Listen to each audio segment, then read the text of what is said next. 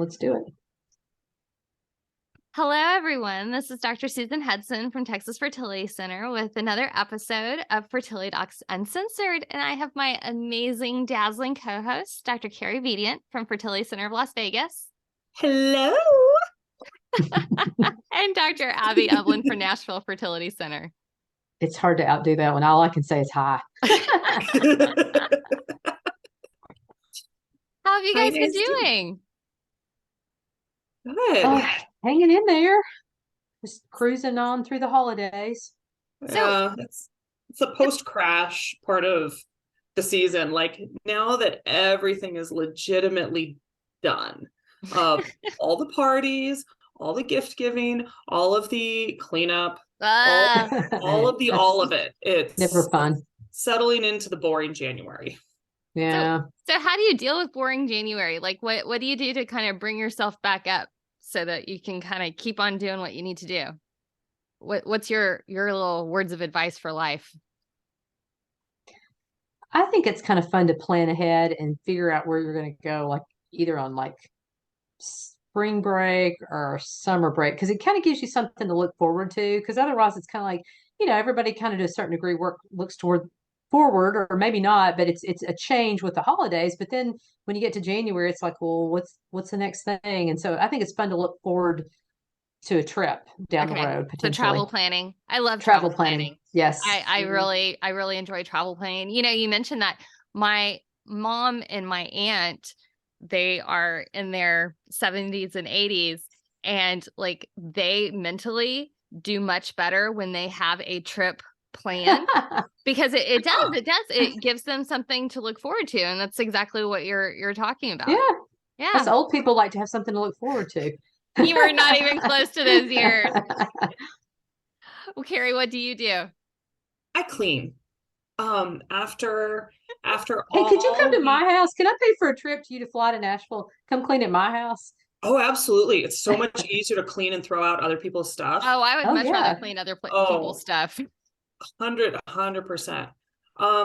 I totally go overboard during Christmas, especially with decorations. Like, my house it's not that every inch of it is covered. It's just that it is totally transformed, because I always host my office Christmas party. And so that means that I have an outside push to be really on top of everything decoration wise. And so in January, I mean, usually somewhere between Christmas and New Year's, or perhaps New Year's Day, is when I take everything down, put it all away, box it up, and then my house looks super empty. And after all the busyness of the holiday, it's kind of that letdown, but it's also oh, thank God. Like, it's and so I mean, this year I've been planning for several months how to make the house a little warmer and a little cozier. And so I've got, curtain rods that I need to hang, and putting up the curtains probably means some ironing, and like doing a deep clean of things, sorting through all of my stuff and the family stuff, and just making sure that it's cleaned out. So my spring cleaning comes actually in the middle of winter. Hey, that's good. You beat the rush. Yeah. I think one thing that really makes me feel better is I start like purging things. Yep. Because I do like, and I'll just do like one room, and I'll really focus on that room. And I probably try to like make it around the house eventually throughout the year. But it's like you sit there and you just really go through the drawers and organize. And that's so hard to do. What do I need? What do I not need? But I mean, I may spend like, and obviously I'm working and stuff like that, but I may spend a week or two on a room. So it's not, I don't have the time. I mean, none of us have the time to sit there and like do it for like day in and day out. That would drive me absolutely nuts. But if I can go, what I also do is I set timers for myself. Because I get tired, and I'm just like everything else, everybody's running around doing crazy things, but I'll set a timer for cleaning and purging. So I'll do it for like 20 or 30 minutes. And then I'll set another timer for my like break period, where I can like put on a guilty pleasure movie, or, read a book or something like that. So, I think it's like anything that you don't look overly forward to. It's really just getting started. That's the hard part. But it feels so good when you're done. once I get started, then it's just like, oh, now I need to do this. Now I need, and it goes a lot quicker once you just get started. But I've been thinking about purging my closet for 6 months, and I'm still just thinking about it right now. So I did my Yeah. closet a few months ago. It was great. I did that, and I got all these like cool shoe organizers, and oh wow. I'm need to changing do all that. my Container hangers. store? Huh?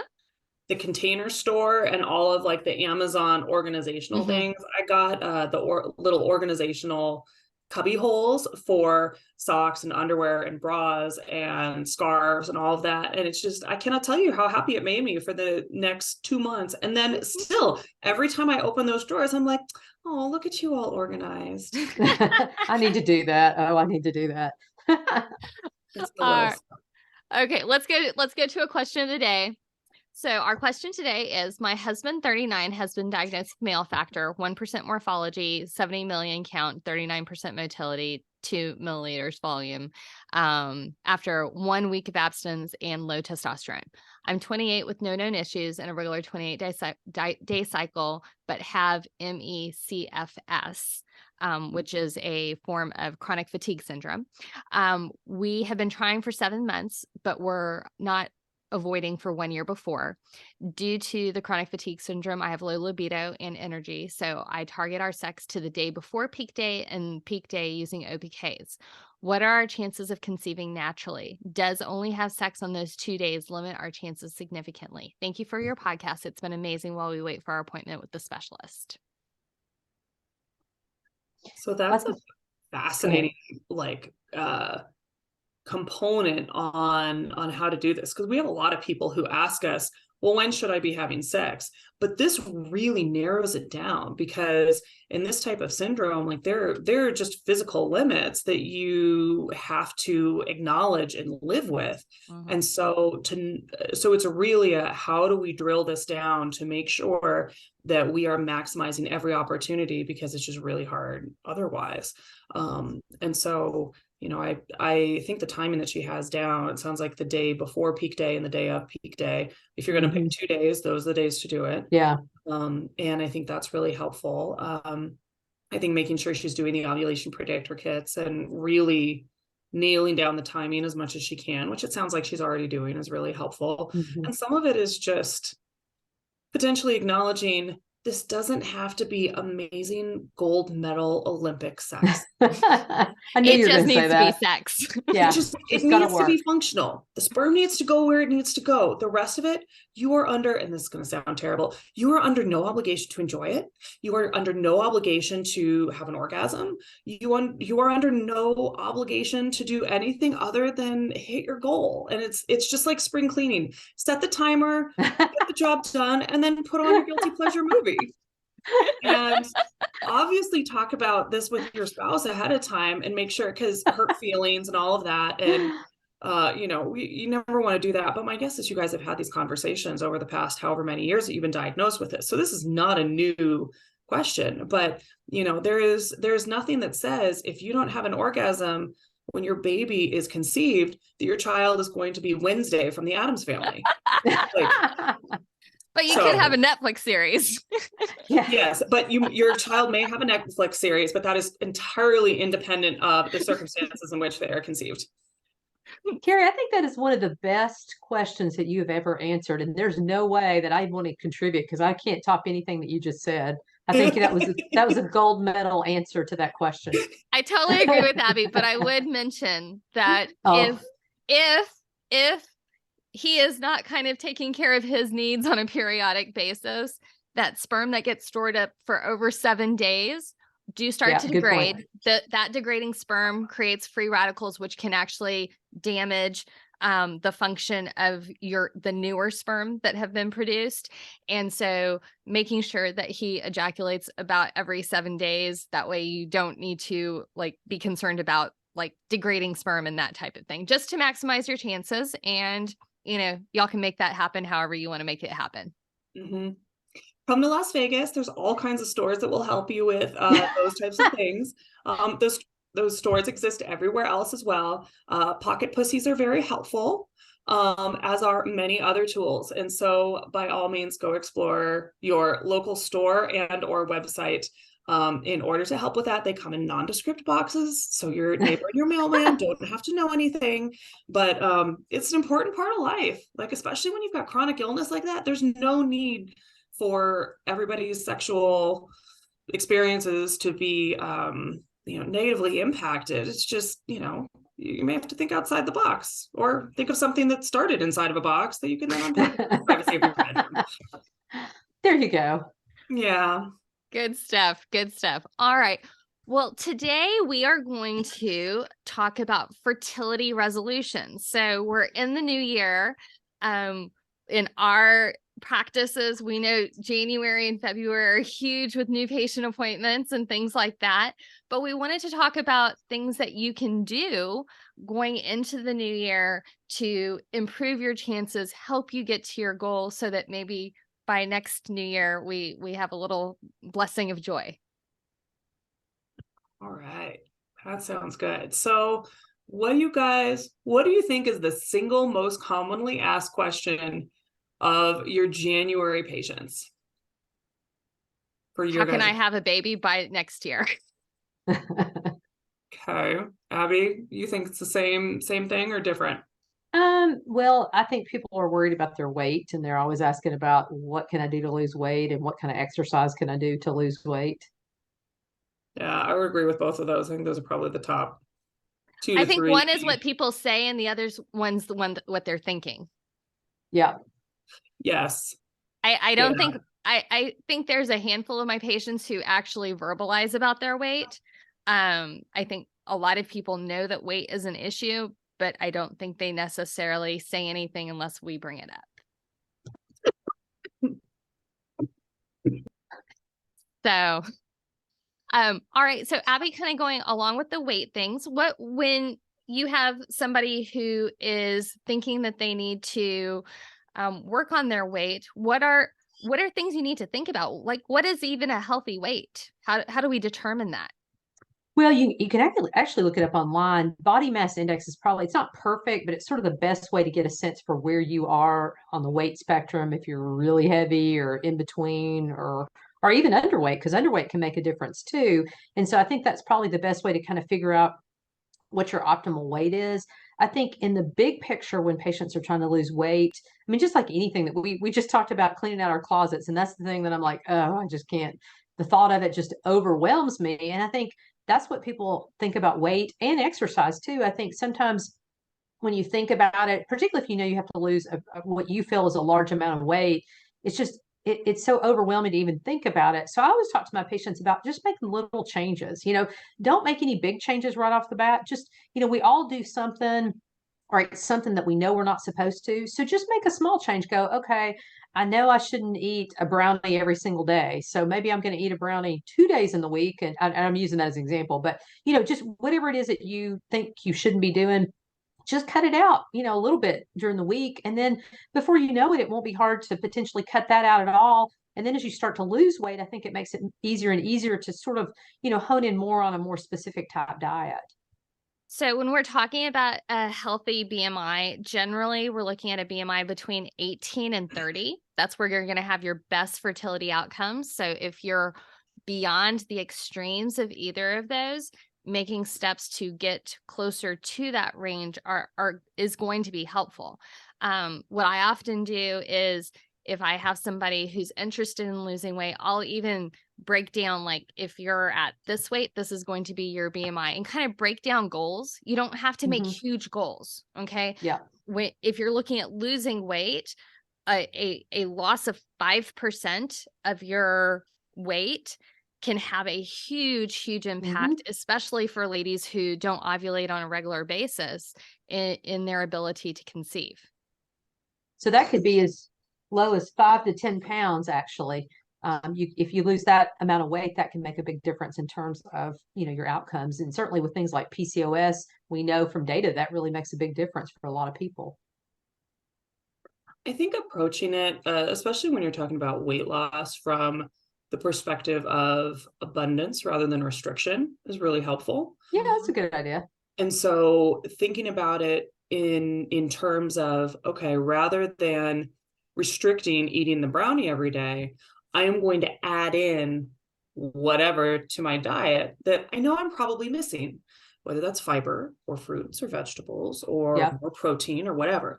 Think about adding in what you need to, and then you don't feel like, oh my God, I'm restricting myself. It's just, okay, I need to eat X grams of protein every day because I know that that's where I skimp. Like I'm going to eat cereal for breakfast and pasta for lunch, and then, you know, maybe a little something with protein in it for dinner. And like, okay, maybe I should add a little bit to each portion of the day. And so thinking about it that way, or saying, I'm going to add 2 cups of green leafy vegetables to my lunch every day, or I'm going to add whatever has a bunch of fiber in it to my breakfast every morning. Things like that mean that you don't necessarily experience the restriction that is going to lead to later binging behavior. And the other thing, and this is something that I find personally really helpful because I have an enormous sweet tooth, and my patients, my staff, and everybody knows it. And of course, is in any medical office, there's a ton of sweet stuff that hits, you know, particularly in the holiday season.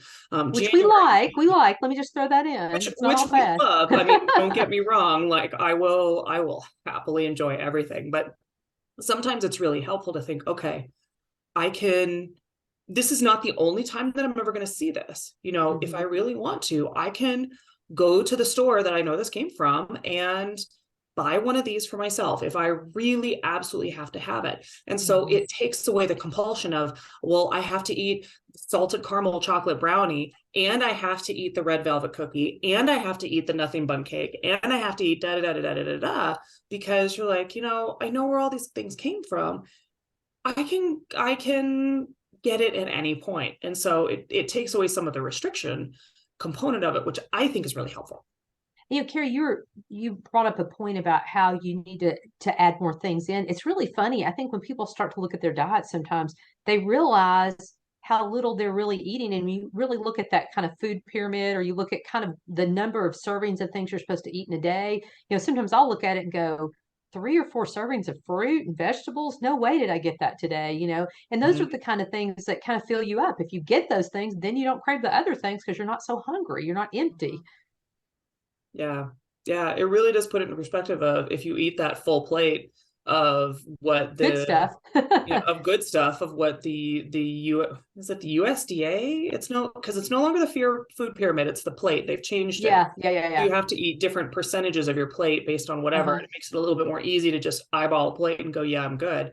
But once you start doing that, you realize like, oh my God, I'm so full. I don't want to eat anything else. Seriously, yeah. And Absolutely. it's really helpful. Yeah. So on the opposite side of that, not only do we have to think about what we're putting in, we also need to think about what we're putting out. So kind of working on exercise. Now, I am personally not I am not an exerciser. Like I am with the best of them that I don't like it. Like it is not like those endorphins that a lot of people get. Like I totally get it. But like doing a little something, doing more than what you're doing is what you need to do. Okay. Right. You don't need to get a gym membership.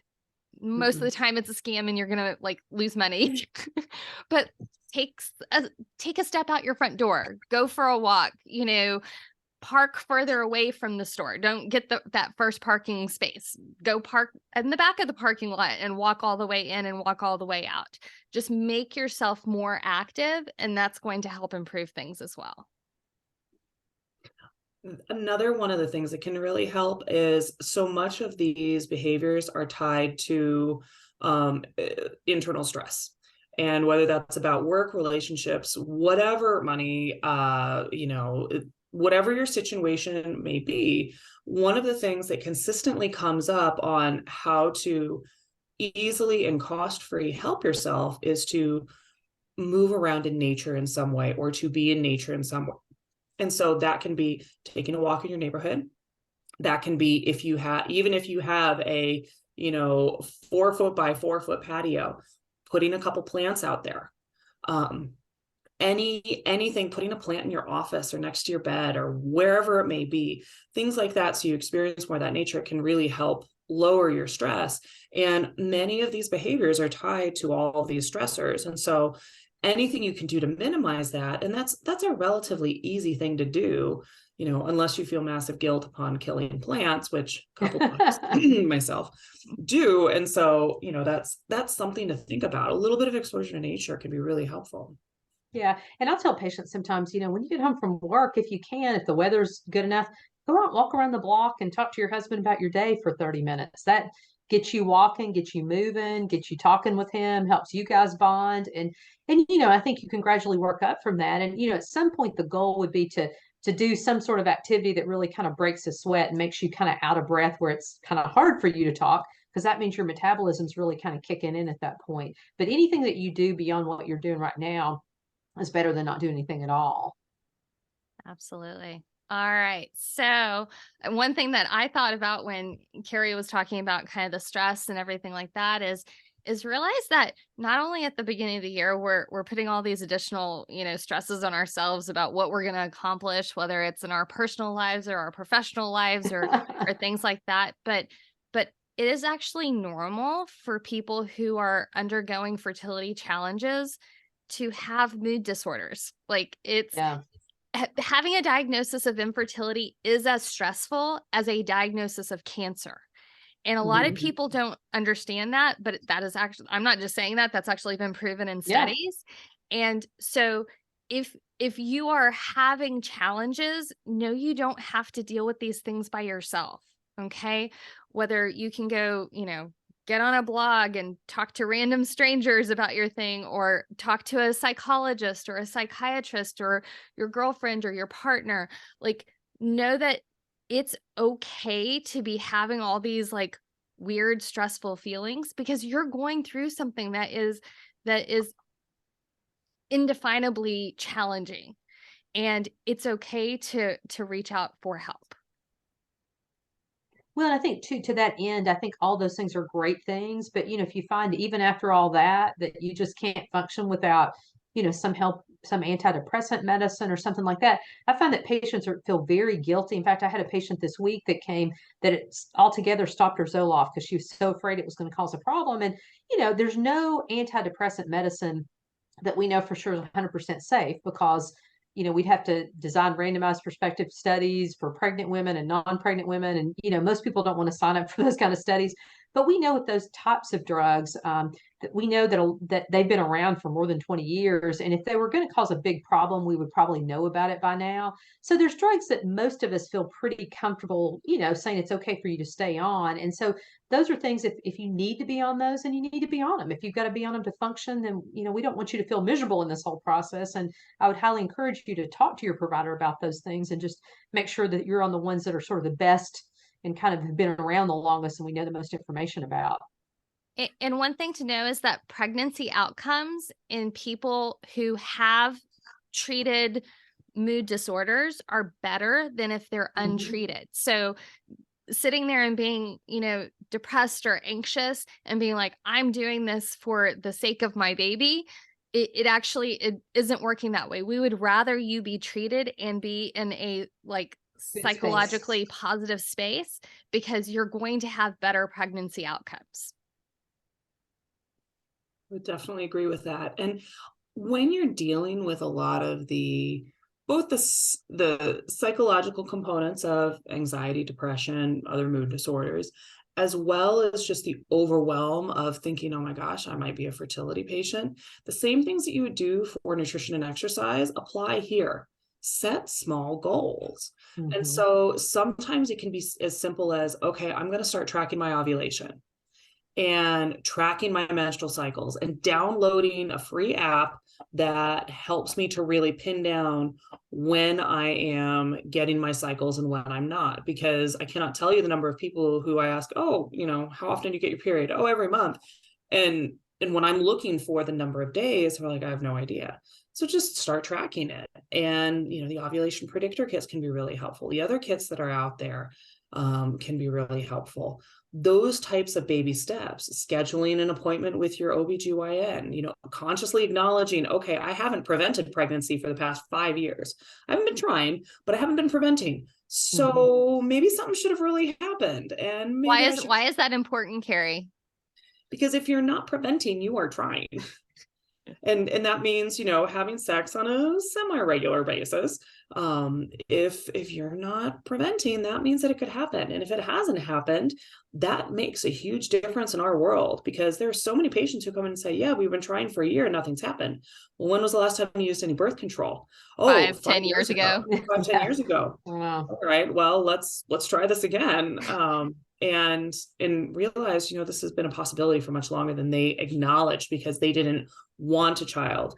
Your reproductive organs don't really care whether you want it or not. If it is possible and it can happen, I am withholding so many snarky remarks about politicians and what they think women's bodies can and can't do.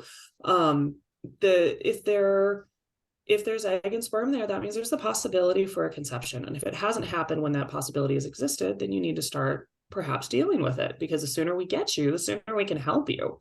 And so small goals, like, I'm going to call my OBGYN and I am going to look up fertility specialists, and I'm going to start moving on these little things, can really help you get to the big goals. Because there's a huge, go ahead, Abby. I was going to say, one other point about all the things that we've talked about is they all are kind of interconnected. The better your nutrition, the better your weight, the more you exercise, the better it helps your emotional health. I think all three of those things, any one of those three things, it's good to work on. But I think if you work on all three, I think that's going to be even better toward trying to get you to a place you want to be. Absolutely. Absolutely.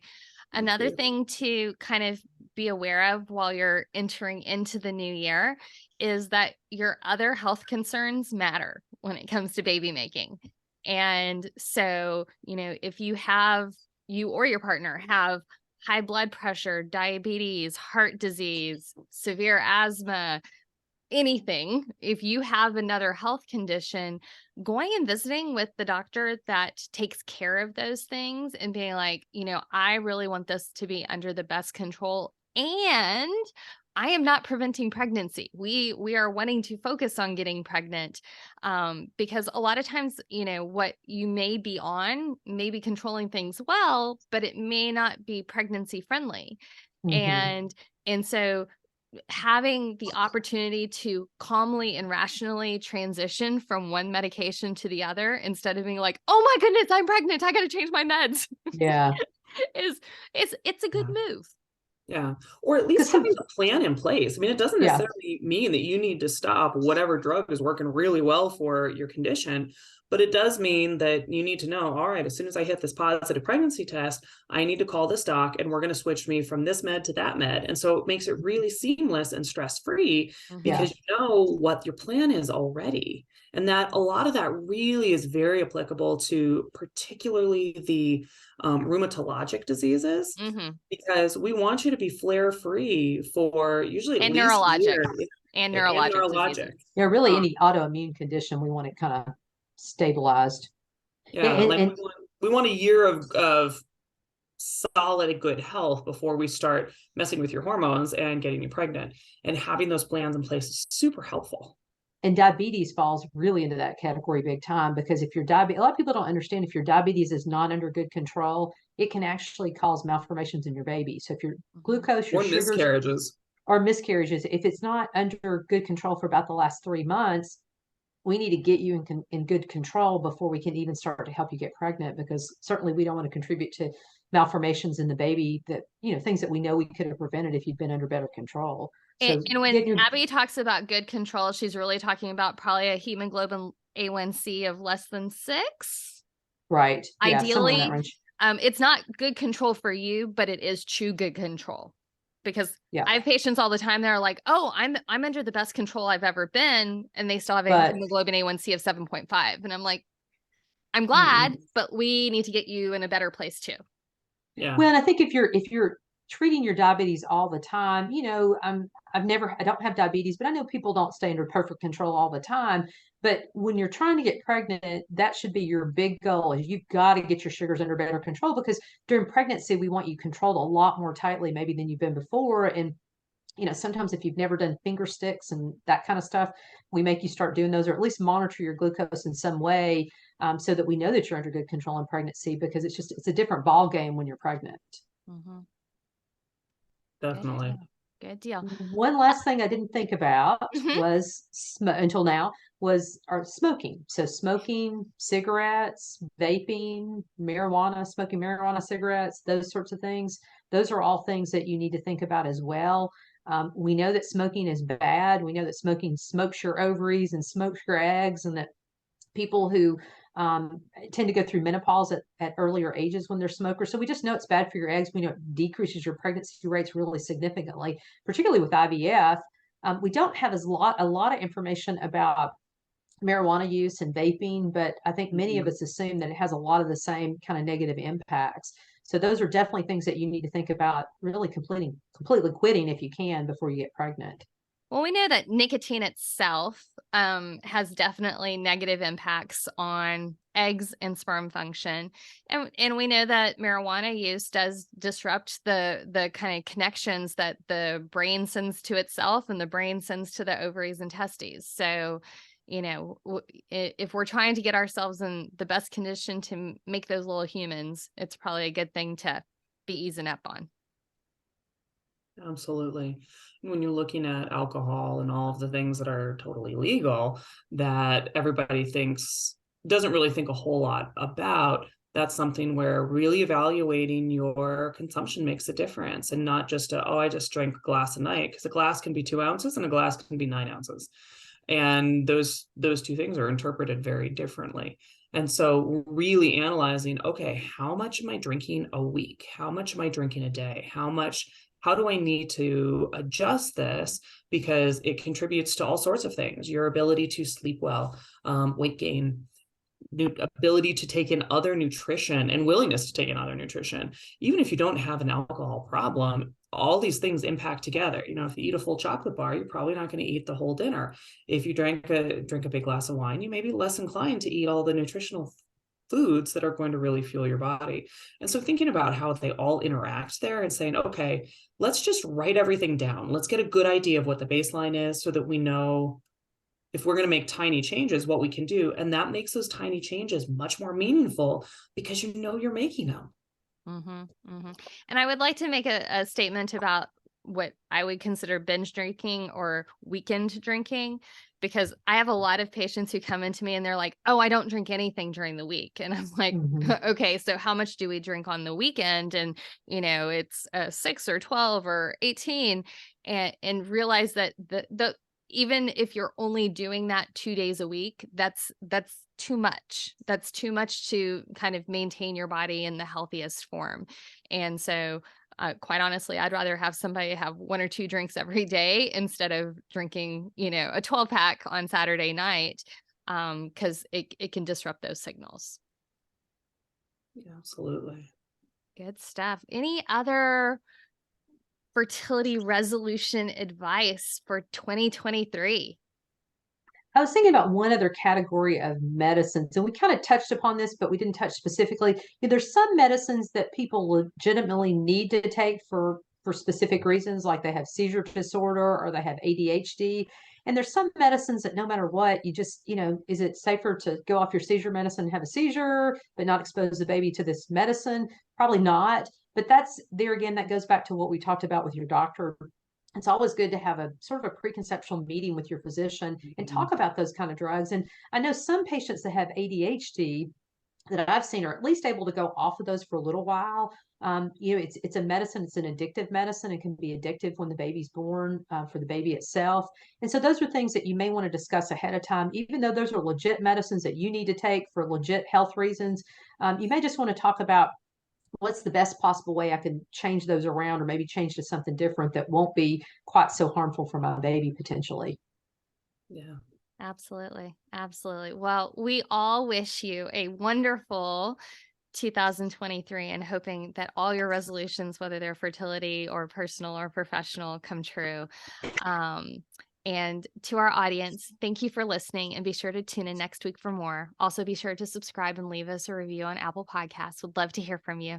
We are also on Instagram, Facebook, and YouTube, so make sure you follow and subscribe to stay updated on all things fertility. You can also visit us on fertilitydocsensor.com to submit specific questions. All questions will be answered for our Ask the Doc segment.